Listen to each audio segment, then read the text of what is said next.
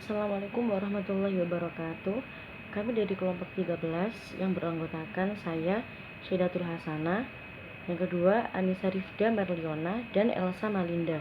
Di sini kami akan mempresentasikan bab rasio keuangan bank. Keuangan bank. Rasio keuangan adalah indeks yang menghubungkan dua angka akuntansi dan diperoleh dengan membagi satu angka dengan angka lainnya.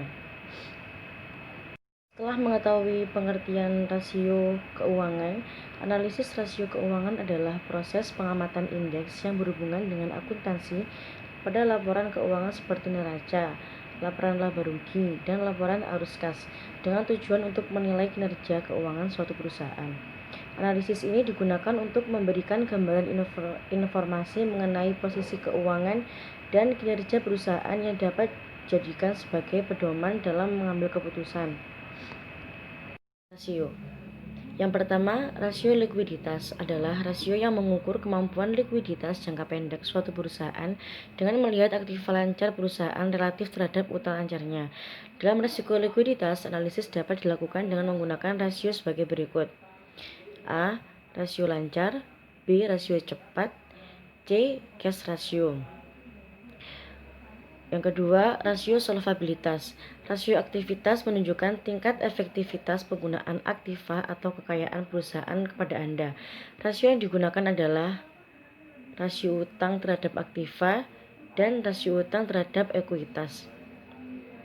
Yang ketiga, rasio profitabilitas dan rentabilitas merupakan rasio yang menunjukkan tingkat imbalan atau perolehan dibanding penjualan atau aktiva.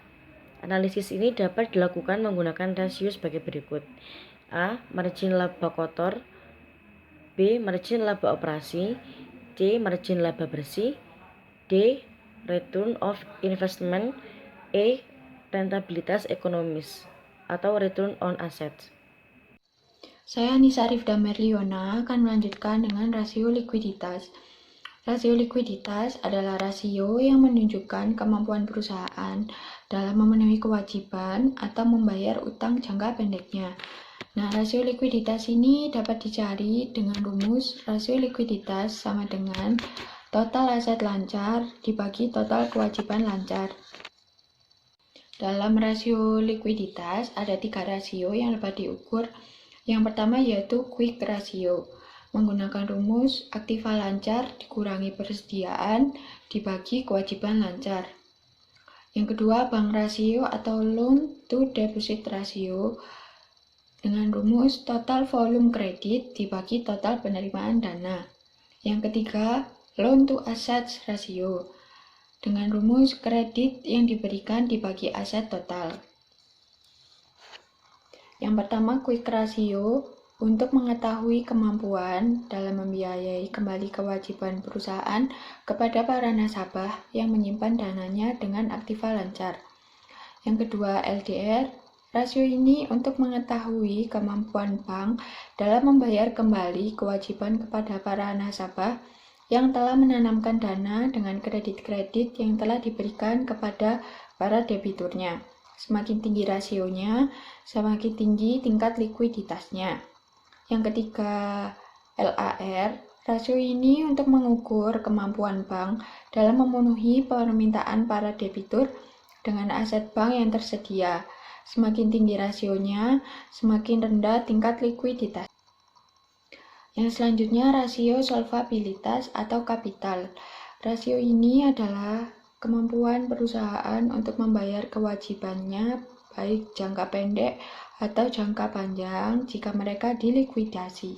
Jadi di sini saya akan menjelaskan tentang rasio rentabilitas. Rasio rentabilitas adalah rasio yang sering digunakan untuk mengukur kemampuan dari suatu perusahaan dalam menghasilkan laba dalam waktu periode tertentu. Kemudian ada pula rasio yang dapat diukur dalam rasio rentabilitas, yaitu profit margin. Profit margin sama dengan total penjualan dikurang harga pokok penjualan dibagi total penjualan. Ada juga gross profit margin. Gross profit margin sama dengan laba kotor dibagi pendapatan penjualan. Kemudian net profit margin.